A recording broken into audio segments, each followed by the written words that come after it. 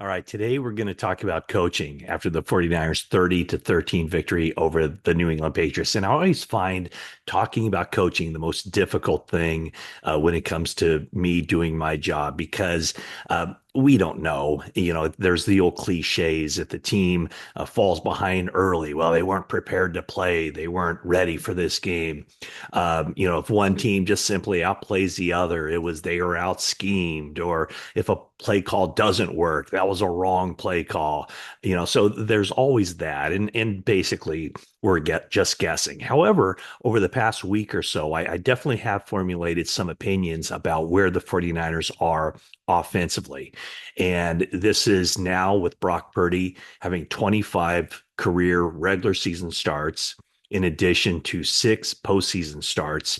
I think teams have a very good idea of what the 49ers are trying to do offensively.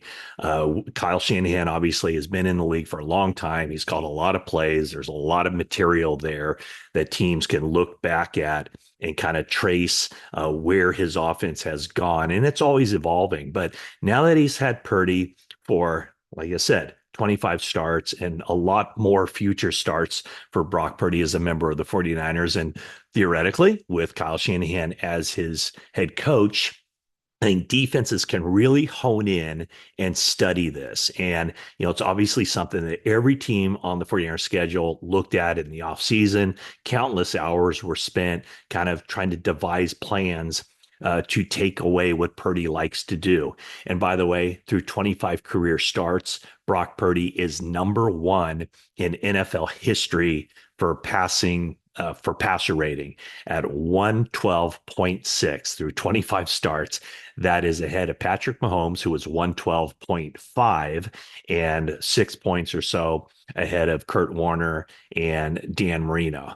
So the thing we saw on Sunday was that the 49ers aired it out more.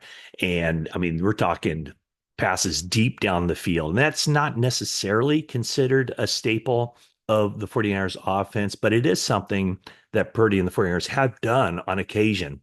But it just seemed kind of out of the ordinary a little bit on Sunday to see so many deep balls going down the field. And some of them were big time plays. And interestingly enough, they were plays coming out of scores from the Patriots when the 49ers had the first play of a drive of a series, and then they would just take it down the field. And one of the plays was big. The 49ers had just given up their only touchdown of the game early in the third quarter after Isaac Rendo's fumble on the kickoff led to some quick, easy points for the Patriots. 49ers came out. They knew they had to make a statement with that next drive to kind of take control of the game back from the Patriots. In the very first play, Brock Purdy airs it out. The pass traveled 50 yards in the air.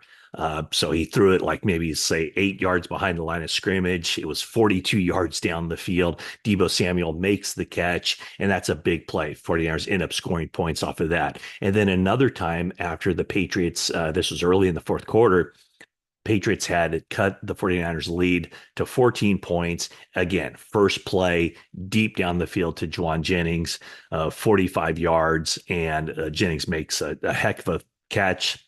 And Brock Purdy made a heck of a throw before that. So, why are the 49ers doing this? I think they're just right now in the very early stages of adjusting to what defenses are doing.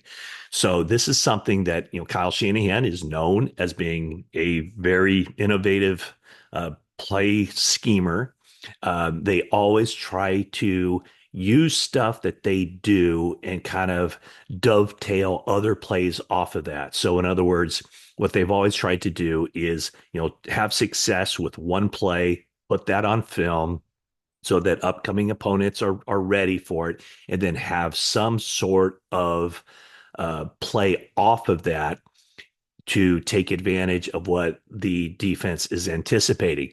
However, I think what we've seen through the first 4 games is that defenses are anticipating what the 49ers are doing, and they're taking some of the basic, the staple plays away from the 49ers. And one of the things that Brock Purdy said after the game on Sunday was that the Patriots safeties were ready for some of those routes. And Purdy said that he thought New England did a really good job of anticipating those routes and then forcing contested catches from the 49ers wide receivers and tight ends. So he said props to them for having, that kind of game plan and taking stuff away. And what Purdy also says, and this is a quote, I feel like the past couple of seasons, that's been something that we've sort of known, what we've been known for, but people scheme us up and they do a good job with leverage and taking away certain routes. For us, that's a good opportunity for us to be able to adapt and work on different things. And those different things on Sunday, what appeared was definitely the ability to get the ball down the field. 7 times Purdy attempted passes of 20 yards or more down the field. That's according to PFF. He connected on 4 of those passes for 142 yards. Of course, the one interception that Jabril Peppers from the Patriots did a good job, I think, of recognizing that play and then coming back. And when Purdy let that thing go, he thought it was basically single coverage. Brandon Ayuk against the corner, and Peppers kind of undercut it and made a great play. So, when we talk about coaching, it's kind of funny how sometimes coaching is puts the players in the best positions to make plays, and then it's up to the players to make the play. So sometimes if a play is schemed up perfectly but the players don't execute, it's like it can't be considered a good play call because of that, because the players didn't execute. And so therefore, if the play is not successful, how can you call that a good play call? The opposite can be true, where players overcome the coaching. And I think the touchdown pass to George Kittle is a perfect example of that. Basically, it's a play designed for the middle of the field, an up and out. An out and up for Kittle. And so when the play came in, Brock Purdy kind of admitted like he was kind of surprised at that play call at that part of the field, 12-yard line. And then once the play call was delivered in the huddle, Kittle had to ask Purdy if that was the correct play because it just didn't make sense for him. Well, you can see why it didn't make sense for him, is because basically Purdy had to put that ball up among 3 defenders. And so if you're looking at it, I think what Kyle Shanahan prides himself on is scheming things to get wide open. Well, that was kind of the opposite of that. That play really, I don't think, had a chance to get wide open for Kittle. But what does Kittle do? He goes up among basically 3 defenders and makes a highlight reel play, brings it down. And so that's a situation there where the players compensated for a play call that probably didn't make a whole lot of sense. Well, certainly didn't make a whole lot of sense to the players. They admitted that, but the players bailed out the coaching on that play. So Brandon Ayuk also talked about last week. I asked him if he felt like teams were playing him defensively any different this year, and that was through 3 games, than in the past. And one of the things he said was that he noticed defenses had made adjustments and that they knew what the 49ers wanted to do, especially what he and Brock Purdy liked to do. So now where the 49ers go from here is making the adjustments off of the adjustments. So now they are well aware. And I think we saw some of this with how the Vikings played the 49ers, how the Rams played the 49ers, and certainly how the Patriots played the 49ers on Sunday. A lot of man coverage. And that's where the Kansas City Chiefs in the Super Bowl had a lot of success against the 49ers playing man coverage, because they don't necessarily have the wide receivers who are capable of beating man coverage time and time again.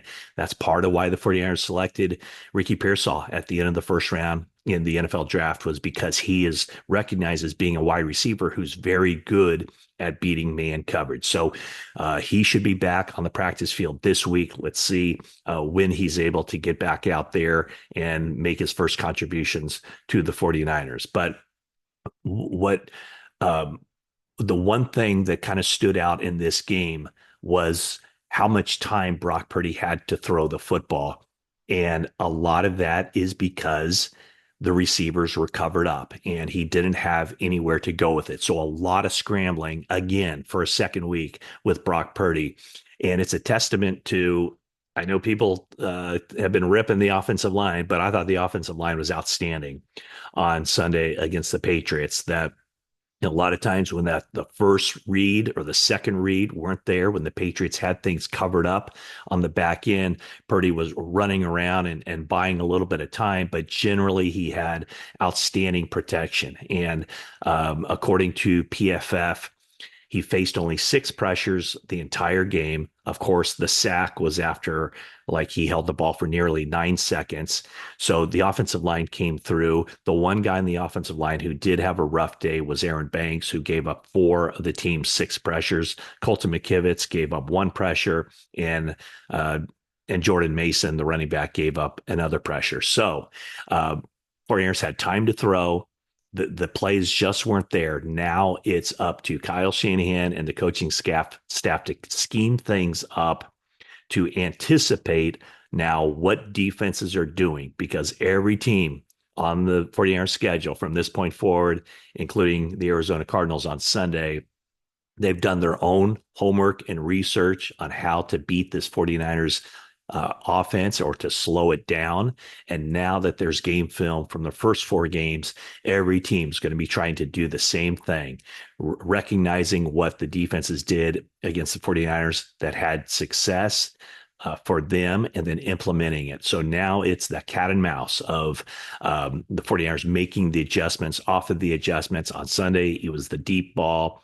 We'll see where it goes from here. So that's kind of my take on the coaching and where the 49ers are offensively. And thanks for tuning in to my YouTube channel. Subscribe, like, comment, everything else. And we shall see how the 49ers make the adjustments with the team as they currently have it. No Christian McCaffrey. Jordan Mason is doing a fine job as a running back, leading the league in rushing, and he added some pass catching skills to the mix on Sunday. So that's another thing that now I think 49ers can look at and realize that they do have a lot of options, and Mason can be a reliable pass catcher. Maybe he gets more opportunities catching passes out of the backfield. The 49ers can also go with 4 wide receivers a lot. Once Pearsall is back on third downs, they can go, Kittle, empty backfield, and the 4 wides. They can go Juszczyk in the backfield as a single back. They could go Mason in the backfield as a single back. So that's kind of something to keep an eye on where the 49ers go from here, because it's clear that defenses are doing things differently this year. And now the 49ers have to make those adjustments to stay one step ahead of the game.